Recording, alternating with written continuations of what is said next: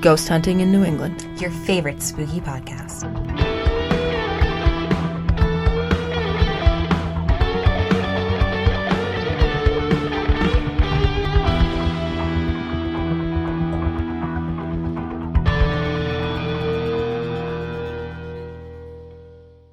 Hello and happy Wednesday. Welcome to a very special Valentine's Day true crime edition of Ghost Hunting in New England. I'm your host, Amelia, and I'm joined today by my co-host, Will Fox, lead investigator of Long Island Paranormal Investigators, New York State Branch. Hey, Will, how you doing? Happy Valentine's Day, Amelia. Happy Valentine's Day. So, I was thinking about different things we could do for the show for this very special holiday, which normally is one of my favorite holidays. But I don't know. I thought we would kind of take it in a different direction this year.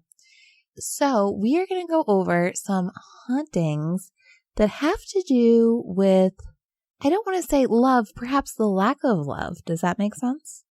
I don't think you can include love in these stories.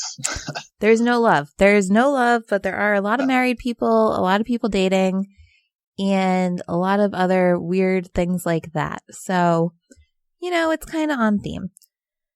So let's see here. I guess we should just get started. Let's go for it. Okay. So the first story that I have today is the Old Licking County Jail of Norwich, Ohio. Widely considered to be one of the most haunted locations in all of Ohio, the Old Licking County Jail was built in 1889 in Licking County, Ohio. The impressive castle-like appearance of the jail was a creation of Joseph Warren Yost, a popular architect in the state of Ohio. In its early days, many people believed that the jail was the sturdiest jail ever built in the state.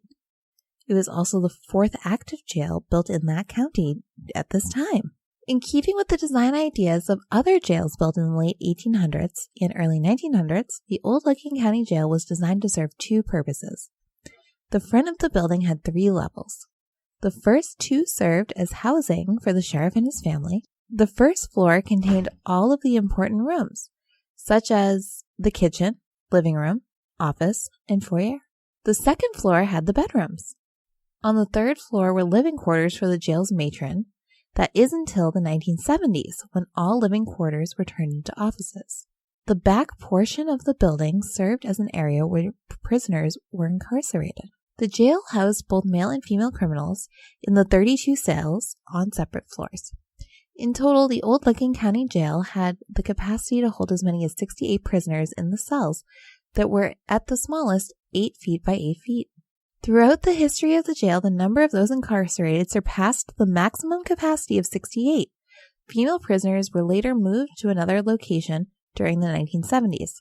By 1987, the incarceration of prisoners in the old jail ceased. In the 98 years the prison housed prisoners, countless tragic events occurred. There were numerous murders, suicides, and other deaths, many of which ruled accidental. One of the most tragic events that took place in the old jail's history involved Carl Etherington. I don't know. I always read this stuff and then it's like time for me to say it. And I'm like, I actually have no idea how to say that. I'm the same way. I'm looking at that and I'm thinking, Etherington? I have no idea. When Etherington arrived in Newark, Ohio in 1910, he came there for his job as a detective with the Anti-Saloon League of Ohio. It was his job to locate saloons and speakeasies serving illegal alcohol and raid them. During one of those raids, William Howard, a saloon owner, was shot and killed by Etherington after a fight broke out between the two. For his safety, Etherington was taken back to the jail. Angry over the murder of William Howard, a lynch mob got together and quickly ran to the jail. They managed to break in, locate Etherington, and beat him to death with a hammer. If that was not enough retribution, they took him outside and strung him up, hanging him from a telephone pole. It took the actions of Judson Harmon, governor at the time, to restore order in the community. Of the people that participated in the death of Etherington, 58 were indicted on everything from first-degree murder to rioting, as well as assault and battery. Other tragedies occurred in the sheriff's living quarters, where 4 different sheriffs suffered from heart attacks. 3 of the 4 consecutively. Altogether, there were more than 17 reported deaths at the jail over the 100-year span. In 1987, due to the building of a new and more modern jail, the old Licking County Jail's doors were officially closed. The jail remained empty and unused for many years. It briefly had a purpose once again when the Veterans Service Commission wanted to use the jail. They had hundreds of boxes with important records and no place to store them. The jail seemed the ideal solution to that problem. Interest in bringing the jail back to its former glory occurred in 2012. Countless volunteers and the Records and Archives Department began clearing out the jail that had been standing in the same location for well over a century. The violent and tragic history of Old Licking County Jail remains not only in the stories told, but also in the ghostly sightings and other paranormal activity that occurs there. Members of the Ghost Adventures team from the Travel Channel have even visited the old jail to witness paranormal activity for themselves, first in 2012 and then again in 2016. Many people have come to the old jail to see if it is haunted, participating in both public as well as private ghost hunting investigations. How's that for some history? That's quite, yeah. You did your research. I did my research. Surprise. Usually Beth used to do those. Now I see you're taking up on the history. I'm filling that history void right now. I like it. Don't neglect the history. People need to know these things. People need to know, but I think now it's time to hear a little history of the ghosts that landed themselves in that jail. I mean, more importantly.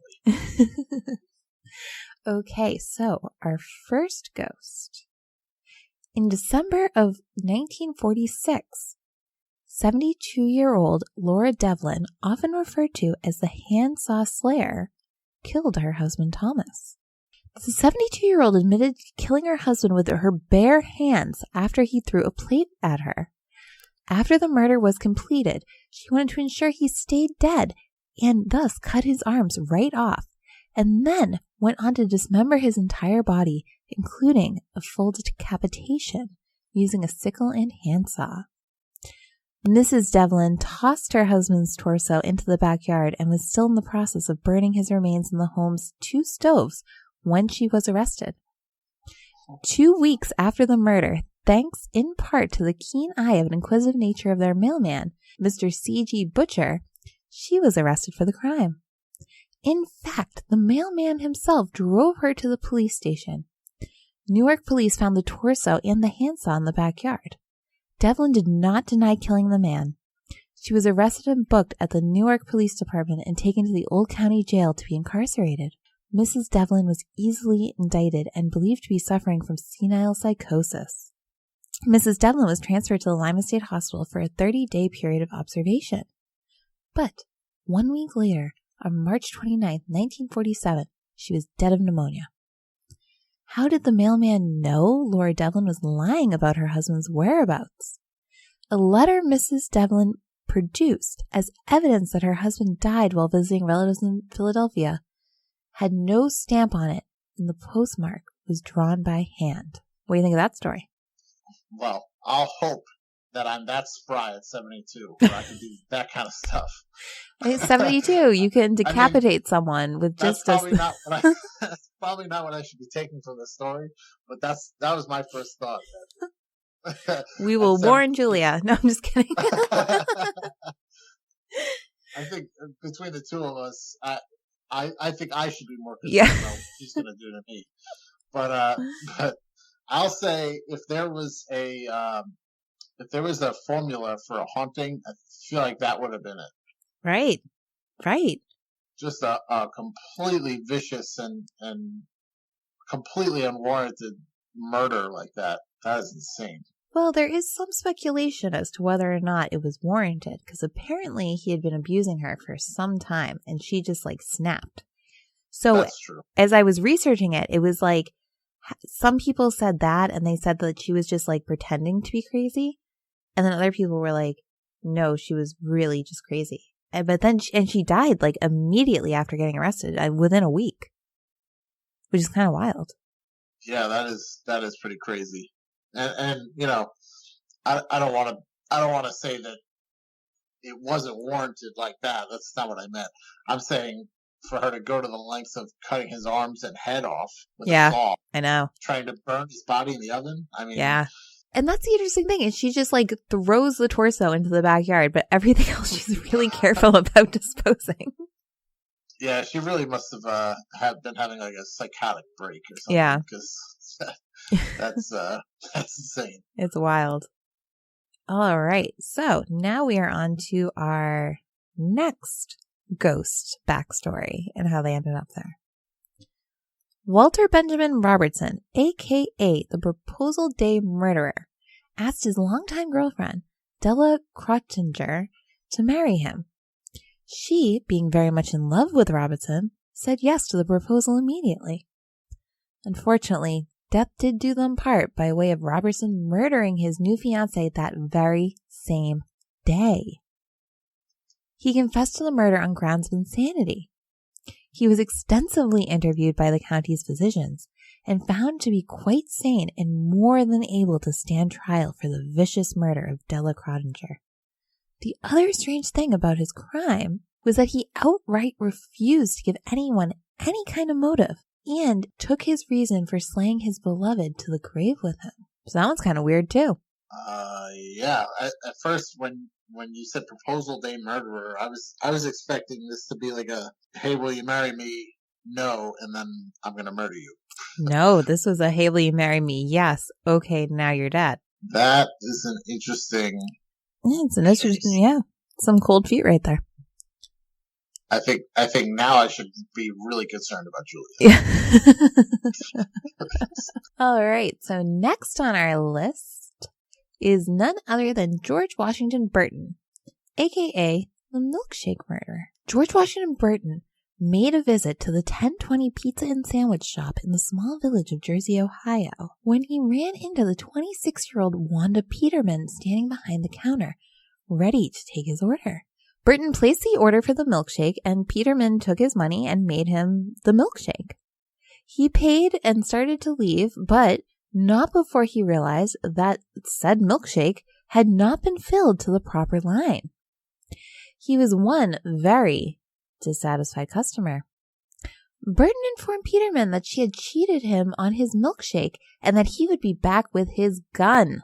Unfortunately for Peterman, this wasn't just the idle ramblings of some entitled loser. When Burton returned, she was standing outside of the pizza shop. He raised his shotgun and fired just once, killing Peterman with a single shot to the chest. So, that one might seem a little off topic today, as it, they weren't dating, they were married, but I wanted to bring it up because I feel like on Valentine's Day, a lot of people go, you go out to dinner, maybe you go to lunch with someone, out to breakfast, right? Sure. Yeah. And I like to think this is a good one for like, tip your waitress, tip your barista, Sure, yeah. And, I think, I can relate to this one the most because I love milkshakes. And if someone messed mine up, I'd be quite angry. Maybe not that angry. Oh, gosh. But well, I love how it's not even messed up. He just got skimped on it. He got a little skimped, yeah. And he was like, I'm gonna shoot you. It's kind of morbid now that I think about it, but if that place had smaller cups, she would have lived. She would have. It's true. Or if he had just, when you just start drinking something right away and you don't even look at it. I don't know. Also, who gets a milkshake from a pizza shop? It was a long time ago. They didn't have all the different stores like we have now. Couldn't go to 7-Eleven? No 7-Elevens back then. That's unfortunate. Okay, now we're back on topic. We're back to husbands and wives. And we're on to Bernice Butler, the rum-crazed trailer murderer. So on Saturday, March 8th, 1952, Mrs. Bernice Butler found herself drunk as a skunk.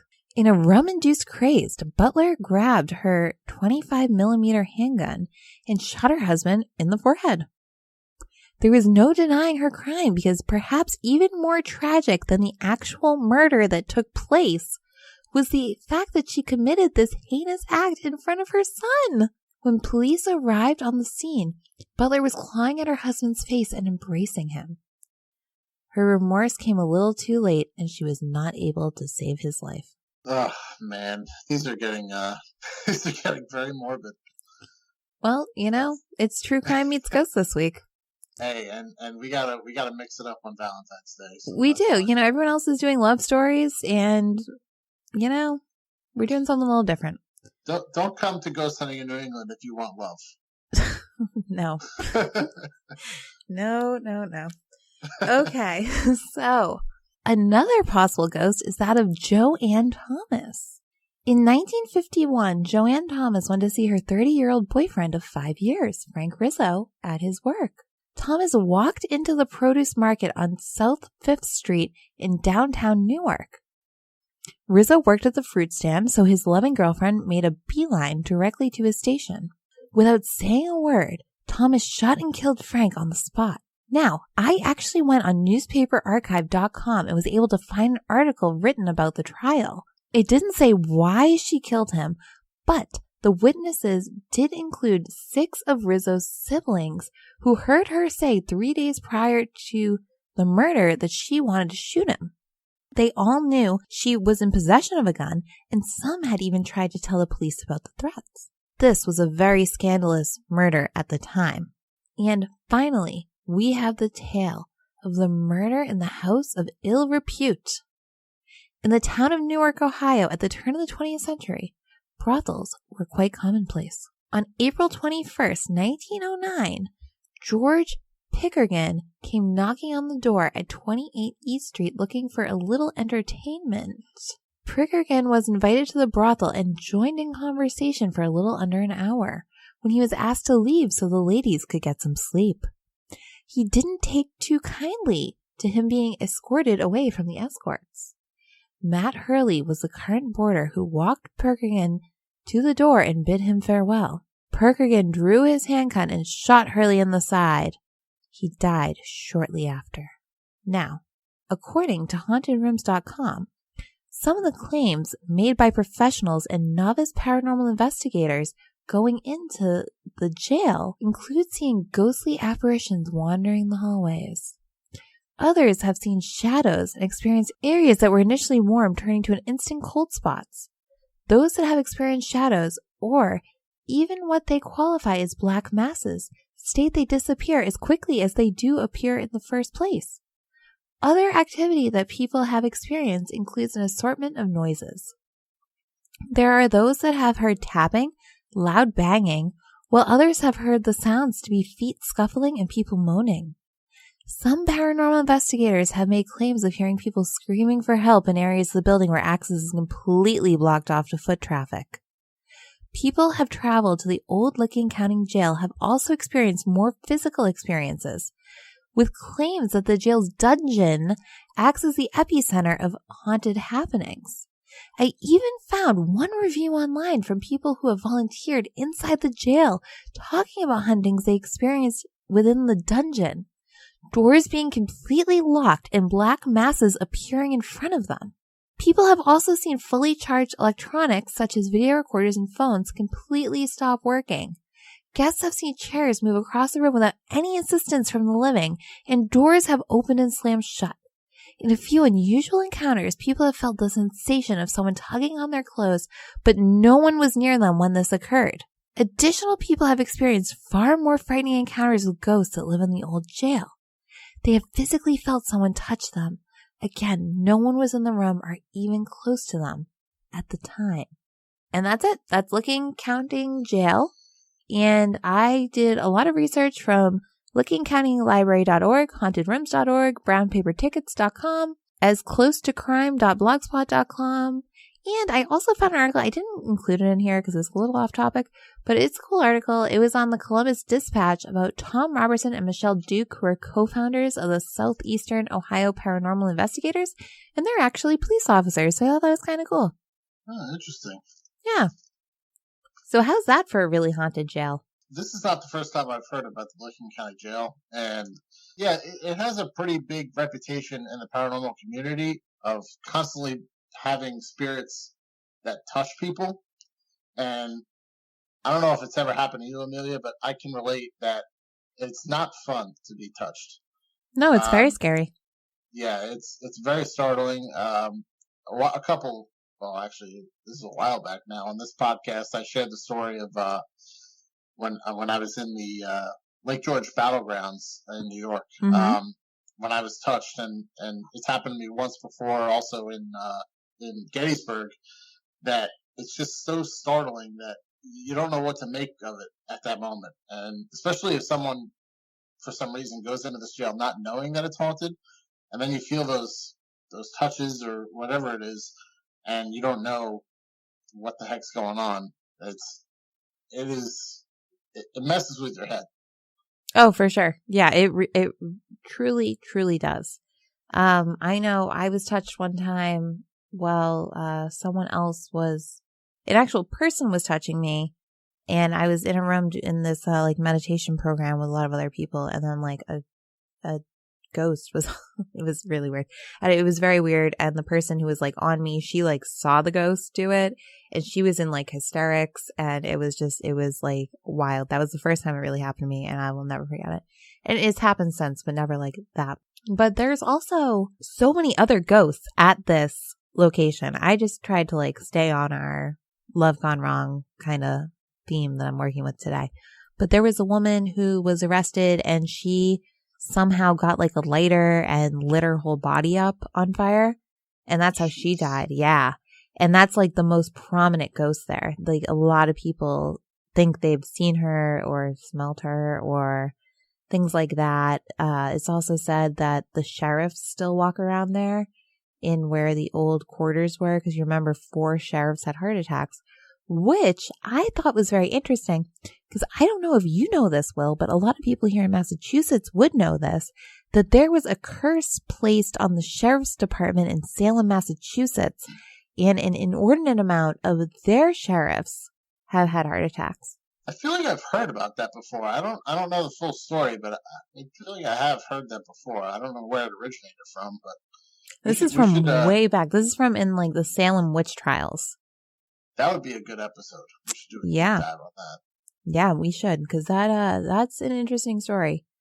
Beth and I actually, now that I think about it, we recorded something on it, and we ended up not using it because it was a really windy day and the audio didn't come out at all. But yeah, maybe this spring I'll go back over there and do something on that. That's kind of cool. Okie dokie. So, any last thoughts on Old Licking County Jail? I think that's a really funny name too. Licking County Jail? Yeah. Yeah, now I'm thinking about like if I was a cold hard criminal and I got sent to Licking County Jail. Right? Kind of silly. No, I love haunted jails. So I've never been to a haunted jail, I don't think. I don't think I have either yet. But I've been to plenty of hospitals, and from what I hear, it's almost the same thing. When they're gutted, the only difference being the bars, really. Oh. Because a lot of the hospitals that I go to are like psychiatric hospitals and stuff, where patient and prisoner can be interchangeable. Absolutely. But yeah, I wanna. This will be on my bucket list. Old Licking County Jail. Yeah, it seems cool. I was thinking. I honestly, I thought the same thing when I was reading through all this, and they have ghost hunts there all the time. All the time. There's one in a couple weeks, and they have them like a few times a week in like spooky season. So anyone listening to this in the greater Licking County area, you should go. Send us pics. Definitely. Maybe some audio too. For sure. So next, I have another very, very, very famous ghost story. And this one is the Greenbrier ghost. This story is really also very well known in the paranormal community because it's one of the first times where a ghost actually helped solve their own murder and was brought up in the case, like the criminal proceedings for it. It's kind of cool. This is a monumental story in the paranormal community. Yeah, so here we go. On a January afternoon in 1897, a neighborhood boy in the Greenbrier County, West Virginia, made a startling discovery. The dead body of Elva Zona Heister. Elva's husband, Erasmus Edward Shue, had sent the boy to see if she needed him to pick anything up from the market before he came home from work. After coming across Heister's lifeless body, the panicked young boy ran to tell his mother what he had found. His mother promptly alerted the local doctor, Dr. Knapp. By the time Dr. Knapp arrived to examine the body, Shue had returned home from his job as a blacksmith and had washed and prepared the body for burial, dressing her in a high-necked dress while placing a veil over her head, which is super suspicious. Yeah. Like, even if he didn't, like, why would you, like, you just come home to find your, like, deceased wife and you're just like, oh, well, I'll just get her ready for burial. Like, I can imagine, I just feel like, a good quote would have been like, he just walks in and goes, not another one. Well, hold on, because it's true, because this is the second wife of his to die. It's almost like I read the story. It is almost like you read the story. All right. So, as Dr. Knapp began examining the body, his attempts to inspect the head and neck area were hindered by Shue, who was cradling her head while crying and responded violently anytime the doctor came near him.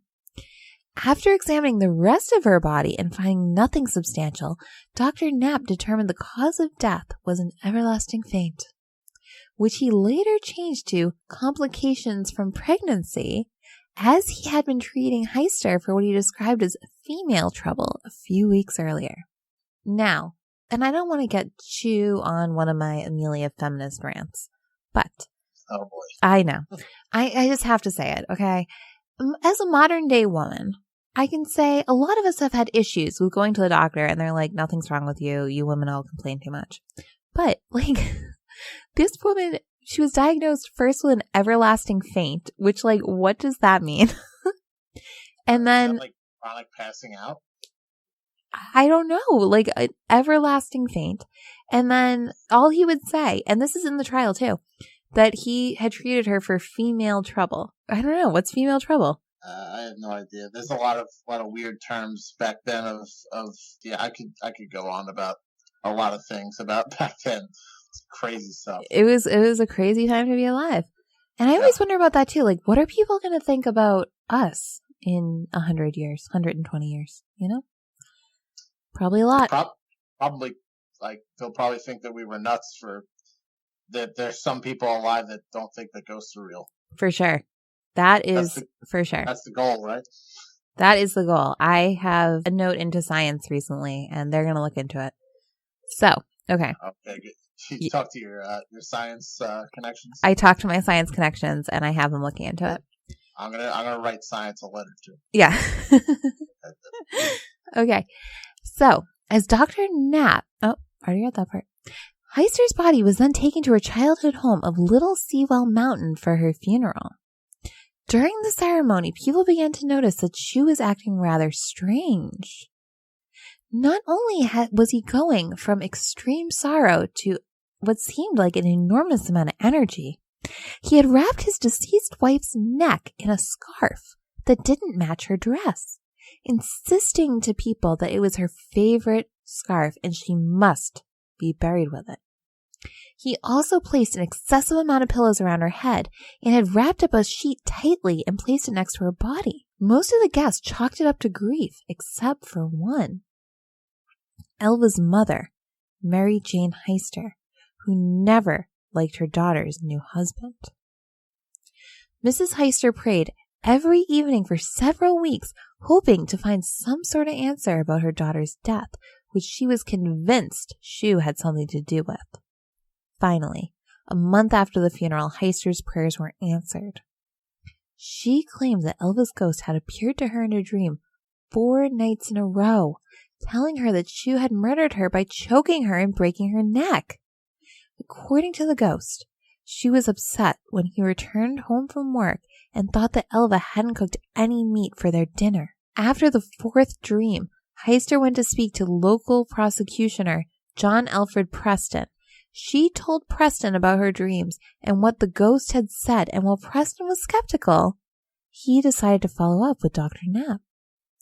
After learning from the doctor that Shue had become violent and refused to let him examine Elva's head and neck, Preston decided to reopen the case. Due to the ghostly apparition, another autopsy was performed after the body was exhumed and showed that she had first and second vertebrae broken and that her windpipe had been crushed. There were also finger marks on her neck indicating that she had been strangled. Eventually, the case went to trial, with Mary Jane Hester serving as the prosecution's star witness. Preston was careful to avoid bringing up the ghost story since it might be considered controversial hearsay by the defense. Shue's lawyer, on the other hand, decided to question Hester about her dreams during cross-examination, hoping to prove that she was an unreliable witness. The plan backfired, however, and the jury seemed to believe Hester's story. It did not help that when Shue took the stand in his own defense, he did a very poor job. According to a report from the Greenbrier Independent, Shue's testimony made him an unfavorable impression on the spectators. Shue was sentenced to life in prison and died 3 years later in 1900 due to complications from measles and pneumonia. And like I said before, this was his second wife who died. And that's kind of crazy. And he had only been married to Zona for 3 months, which is kind of not that long. It makes you think if maybe it wasn't just wives that he was killing. Perhaps, because you know what? That's something else I kind of thought about. Because the more I dug into this, and we're going to read some stuff pretty soon about this too, she had a child out of wedlock. You know, when you think about the late 1800s in West Virginia, a woman having a child out of wedlock, that was big. You know what I mean? Yeah, that's pretty scandalous. That's super scandalous. And then she meets this guy and almost immediately is murdered, which is wild. Anyway, so the state of West Virginia has eradicated a state historical marker near the cemetery in which Zona Shue is buried. It reads, "Interned in nearby cemetery is Zona Heister Shue. Her death in 1897 was presumed natural until her spirit appeared to her mother to describe how she was killed by her husband, Edward. Autopsy on the exhumed body verified the apparition's accounts. Edward, found guilty of murder, was sentenced to the state prison. Only known case in which testimony from a ghost helped convict a murderer." Who erected that? That was the state? Yeah, the state of West Virginia. I like that. It's a historical marker. West Virginia, home of the Mothman. All right, yeah. There we go. We should call up Brendan Shea and have him go take a picture of this for us. I'm sure he would absolutely do it if he's close enough. Yeah, he probably already has one. Probably. Okay, so now I was able to go through and I found on, let me look up this website that I found it on. I found this on wvculture.org in the History Archives. The actual experts from the Greenbrier Independent that they published the testimony in the newspaper. So we actually have that here. So this is from July 1st, 1897. The following very remarkable testimony was given by Mrs. Hester on the pending trial of E.S. Shue for the murder of his wife, her daughter, and led to the inquest and post-mortem examination, which resulted in Shue's arrest and trial. It was brought out by counsel of the accused. So Will and I are going to reenact this for all of you so we can hear this very, very, very famous testimony. The whole podcast I've been thinking about what kind of accent I'm going to do with this, and I can't think of what a West Virginia accent would sound like. So I have absolutely no idea. Yeah. I'm going to not do that. All right. All right. You ready, Amelia? I am ready. I have heard that you've had some dream or vision. That's what I'm gonna do. I'm gonna do like a judge voice. Love it. Even though I think this is like this is the attorney. Yeah. I'm gonna do a judge voice anyway. I have heard that you have had some dream or vision which led to this post-mortem examination. They saw enough themselves without me telling them. It was no dream. She came back and told me that he was mad she didn't have no meat cooked for supper. But she said she had plenty, and she said that she had butter and apple butter, apples, and named over 2 or 3 kinds of jellies, pears and cherries and raspberry jelly.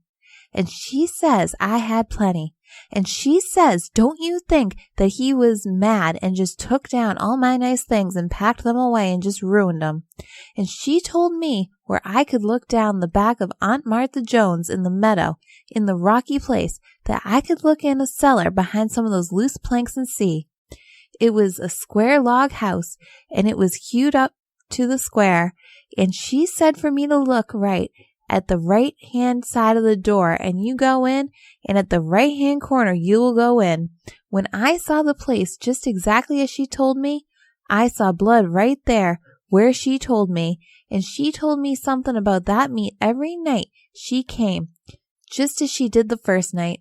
She came 4 times in 4 nights, but the second night she told me that her neck was squeezed off the first joint, and it was just as she told me. Now, Mrs. Hester, this sad affair has very particularly impressed upon your mind, and there was not a moment during your walking hours that you did not dwell upon it? No, sir, and there is not yet either. And was this not a dream founded upon your distressed condition of mind? No, sir, it was no dream, for I was as wide awake as I ever was. Then if not a dream or dreams, then what would you call it? I prayed to the Lord that she might come back and tell me what happened, and I prayed that she might come herself and tell on him. Do you think that you actually saw her in flesh and blood? Yes, sir, I do. I told them the very dress that she was killed in, and she went to leave me. She turned her head completely around and looked at me like she wanted me to know all about it. And the very next time she came back, she told me all about it. The first time she came, she seemed that she did not want to tell me much about it as she did afterwards. The last night she was there, she told me that she did everything she could do, and I am satisfied that she did do it all that too. Now, Mrs. Hester, don't you know that these visions, as you term them or describe them, were nothing more or less than 4 dreams founded upon your distress? No, I don't know it. The Lord sent her to me to tell it. I was the only friend that she knew she could tell and put any confidence in it. I was the nearest one to her. He gave me a ring that he pretended she wanted me to have, but I don't know what dead woman he might have taken it off of. I wanted her own ring, and he would not let me have it. Mrs. Hester, are you positively sure that these were not 4 dreams? Yes, sir. It was not a dream. I don't dream when I am wide awake, to be sure, and I know I saw her right there with me. Are you not considerably superstitious? No, sir, I'm not. I was never that way before, and I am not now. Do you believe the scriptures? Yes, sir. I have no reason not to believe it. And you do believe the scriptures contain the words of God and His Son? Yes, sir, I do. Don't you believe it? Now, I would like, if I could, to get you to say that these were 4 dreams and not 4 visions of appearances of your daughter in flesh and blood. I am not going to say that, for I am not going to lie. Then you insist that she actually appeared in flesh and blood to you on 4 different occasions? Yes, sir. Did she not have any other conversation with you other than upon the matter of her death? Yes, sir, some little things. Some things I have forgotten. Just a few words. I just wanted the particulars about her death, and I got 'em. When she came to you, did you touch her? Yes, sir. I got up on my elbows and reached out a little further.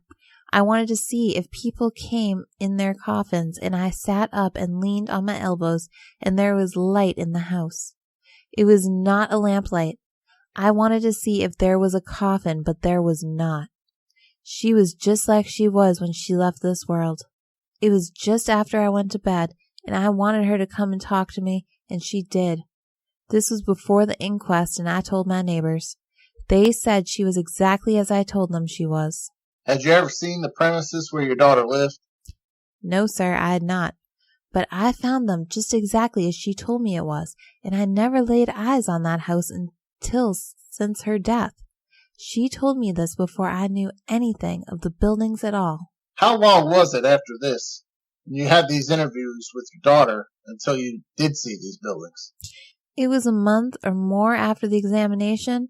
It had been a little over a month since I saw her. And now for the recross-examination. You said your daughter told you that down by the fence in a rocky place you would find some things? She said for me to look there. She didn't say I would find some things, but for me to go look there. Did she tell you what to look for? No, she did not. I was so glad so see her, I forgot to ask. Have you ever examined that place since? Yes, sir. We looked at the fence a little, but didn't find anything. End scene. So yeah, that is the very famous courtroom testimony about a ghost. I gotta say, I think I might be doing that voice a little bit more. Yeah. I like the Southern judge. That was great. That was awesome. Good job. No, I see you picked up on the accent along with me, so that was very good. We could audition for a play or something. We could. That was our first read through. I think we did quite well. Not bad. Yeah, it was awesome. So yeah, I guess that wraps up our spooky Valentine. Wait a second. It's just now occurring to me that we actually read what was said during that trial. Yeah. Because I'm reading through this and I'm trying to put my little judge accent on everything, and I'm focusing on the words, not what it says. Mm-hmm. And this is incredible. Yeah, I know. I've read about this case before, but I've never actually read the transcript, and this is kind of crazy. It's very, very crazy. It's a crazy thing that not only was this said in court, but when she told this to the original attorney, this is what got the body exhumed. The state of West Virginia has a plaque up for this. Like, this is crazy. Yeah, I wonder how many times this kind of thing has been been used in court afterwards. Like up to this day, if people try to say this, they'll probably just throw it away. Yeah, that's a good point. They would. It's a shame. It is a shame. People come back to their relatives in dreams all the time. Especially from like an untimely death like that. Yeah. Just trying to get the answers out. Well, maybe you can, but nobody's going to believe you. It's true. Trying to get your murder solved. Okay. Well, I think that wraps up our spooky Valentine's Day episode. Everyone, fall in love. Have a great day, but be careful. Keep your eyes open, Yeah, if this episode teaches you anything, don't fall in love. Don't fall in love. All right. So we have some mail that we got this week. We have mail and we have a mini drive-by ghosting. Which one do you want to hear first, Will? I love hearing the mail. All right. So we'll go mail and then we'll go drive-by ghosting. I also love drive-by ghostings too. Don't let people think that we don't like those. Oh no. I mean, anything. We're so happy with. Send more of both. Yeah. Amelia complains to me every day about things like this. She doesn't get enough mail and she wants to hear more of your stories. Every day she tells me this. It's true. I just want to hear all the ghost stories in the entire world. So for the sake of my inbox, send Amelia your stories. Okay, so our first mail comes from Sue. Hi, Amelia. I love listening to your podcast. Well, thank you so much, Sue. I have lived in southeastern Massachusetts my entire life and recently listened to your November podcast about the red-headed hitchhiker on Route 44. Oh yeah, no, that was a lot of fun. I live in Swansea, which borders Rehoboth. I have heard the Route 44 phantom, but have never experienced anything myself. To set the scene better, Route 44 is a highway, but not like you think. It's a 2-lane road that is often wooded and almost quite rural in areas, with other parts of the road being heavily built up. In many places, the road is very dark and desolate at night. So, thank you for sending in that correction. We have had some other people send that in, and I think that what happens is I just need to go down there and explore more. Okay, so it continues. Also, wanted to share that I do have Charles Turek Robertson's New England Ghost File book, which is incredible. Yay! I purchased the book when it was released. I was a teenager and scared myself silly with his stories. I recently moved and have many of my items still packed, but if I can locate the book, you can certainly borrow it. It's worth the read. There are several haunted places in Rehoboth that might be worth your drive, as we are an hour south of Boston. See this link for more info. And I will put that link on our website. And she said, happy ghost hunting from a fellow vegan. Ooh, well, thank you so much, Sue. Glad you picked up on the veganism. We need more vegans and more spooky places to visit in Rehoboth. I almost feel like I should have taken out that she said that they were an hour south of Boston, because Mike and I got in an argument on that on the episode. But I drive fast, so it's a half hour for me. Well, thank you so much, Sue. And yes, if you do find that book, please let me borrow it, and I promise I will give it back. That is great. I loved getting that mail. And now we have a drive-by ghosting. This person has never sent it in before. And I got this one on January 30th. So here we go. I love the drive-by ghosting segment, so I feel compelled to contribute. I don't know if this is the kind of story you want to read on your show, since it's different from your usual ghostings. Spoiler alert, it is. I come from the skeptical perspective regarding the paranormal, but I have definitely had some strange experiences, though I don't know that ghosts or paranormal forces were involved. I have some more similar to this, but I'll start with this one. There may be a ghost living in the metal shop where I work. So, here do I set forth my strange story. Sitting in the metal shop, huddling next to my heater during cold winter, I was trying to do some work despite my numb, freezing fingers. I work with air tools, so they quickly sap the warmth from my hands in cold weather. My ceramic coffee mug is sitting securely on my steel table, roughly 1 1/2 feet from the edge. Suddenly, and without any logical explanation or provocation, my eye is caught by the sudden and swift movement of the mug off the table and down to the floor, shattering the mug and spreading coffee all over the floor and workstation. Being skeptical of ghosts, I inspected the area for a cause. There was a large amount of tools, surplus inventory, and woodblocks stacked between my mug and the edge of the table. I double-checked my air hose to make sure it didn't catch and lift off my mug, but it was secure and nowhere near the side of the table where my mug had been.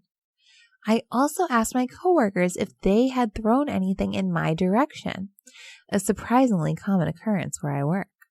However, no one had, and I couldn't find nothing that could have been thrown. Anyway, ever since then, I have joked that the metal shop ghost and blamed him for breaking my coffee mug. I tried to raise him with a Ouija app on my phone, but the app is obviously a setup because it always answers questions no matter where I am and with contradictory answers. For example, answering yes to "Are you a male?" then responding to "What is your name?" with Loretta. I think I need a real Ouija to get more realistic results, but most of the people I know are superstitious and don't want to use a Ouija board. I tried to get some more answers by recording EVP with my phone audio recorder, but to no avail. Signed, Kosher Levithian. Well, thank you so much for writing in. That was great. Please never, ever, ever use a Ouija board. And there are a lot of other things you can do to try to, find your ghost. If you must use a Ouija board, please have someone, if you have like a spiritualist church or something like that, maybe you can get one of those people to come in and help you out with the Ouija board. But please don't do it by yourself, and don't do it if you've never used one before. But that was a great story. I like the fact that he said that he's a skeptical mind, which is what everybody should be, even if you are a believer. But I like the fact that he tried to debunk everything. Because as soon as me being a paranormal investigator, the first thing I was thinking, as soon as he said a mug got knocked off the table, I'm setting up the scenario in my mind, and I'm thinking of any possible way that it could have been knocked off. So I was thinking about the tools that he's working with. If they maybe shake the table and vibrate the table, and it just kind of slid off. But from what he's saying, it sounded like it just kind of hopped off. So yeah, again, I was thinking about something that may have gotten thrown, or maybe he bumped something with his elbow that knocked it off, or air hose or something like that. So he did a great job with debunking everything, and he went right down the list of everything that I would have done too. So, and I like that he acknowledged that these EVP apps and ghost box apps are mostly all garbage. Absolutely. Yeah. I completely agree.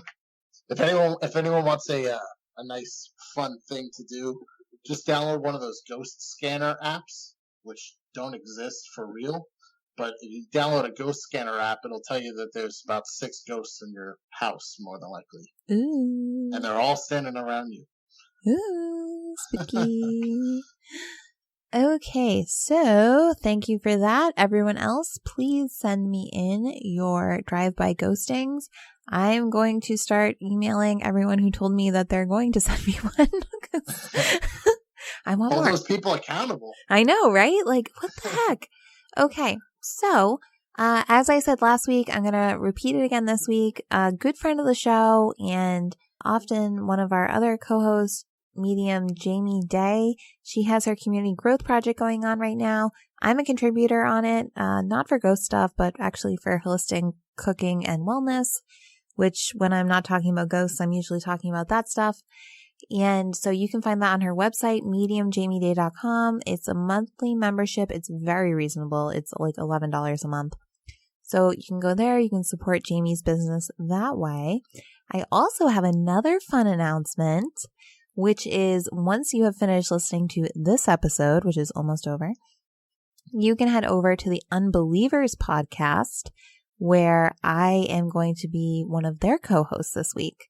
So again, that's the Unbelievers podcast. Their podcast comes out every Wednesday at 10 p.m., so right after ours. Make sure you subscribe to their show.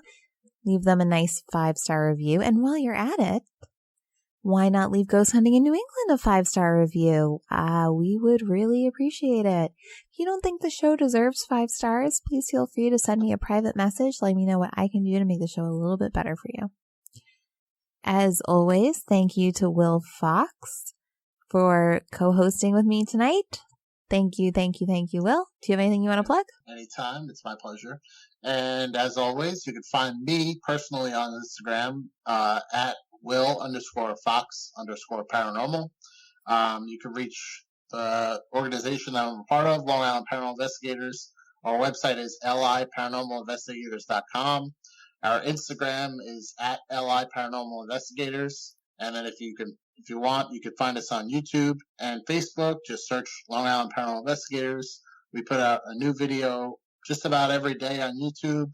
And they're not, the one thing that I tell people about the YouTube page, it's not for the person who just wants to go see things getting thrown around a room in a dark room. It's for people that truly want to learn about ghost hunting. We talking about conspiracies in the field. We talk about equipment. We talk about theories. So if you want to learn more about ghost hunting, head on over to that YouTube page. All right, that sounds great. Everyone be sure to do that. And Will, real quick, is there anything that you are kind of looking for right now that you'd like to let people know about? Oh, thank you for reminding me, Amelia. Please, people, if you have any haunted dolls, please DM me on Instagram, Will_Fox_paranormal. I will take them from you gladly. I want to have a massive collection of haunted dolls in my house because I am the opposite of Amelia. I invite the evil into my home. Okay, so again, anyone you have a haunted doll, go send it to Will and keep it far away from me. Okay. So I would also like to thank Aaron Schilb for writing our theme song music. You can find him online at the Aaron Schilb. He also has a website that I believe is aaronschilb.com. I need to double check that though, but we will put a link to it somewhere. Thank you all so much. You can find us on Facebook or Instagram at Ghost Hunting in New England, on Twitter, Ghost Hunting NE. On our website, which has a contact form, that's how Sue contacted us, at ghosthuntinginnewengland.com, or send me an email, ghosthuntinginnewengland@gmail.com. As always, you can send us a carrier pigeon to beautiful, sunny Somerville, Massachusetts, care of Somerville Media Center. And I believe that is it. Thank you guys so much. Happy Valentine's Day. Make sure to give your significant other a great gift and a great kiss. That way they don't murder you. And if you're single, it's whatever. Just whatever. If you need someone to talk to, just summon a ghost on a Ouija board Yeah. and chat with them. Exactly. All right. So I think that's all we have for this week. And as always, happy hunting.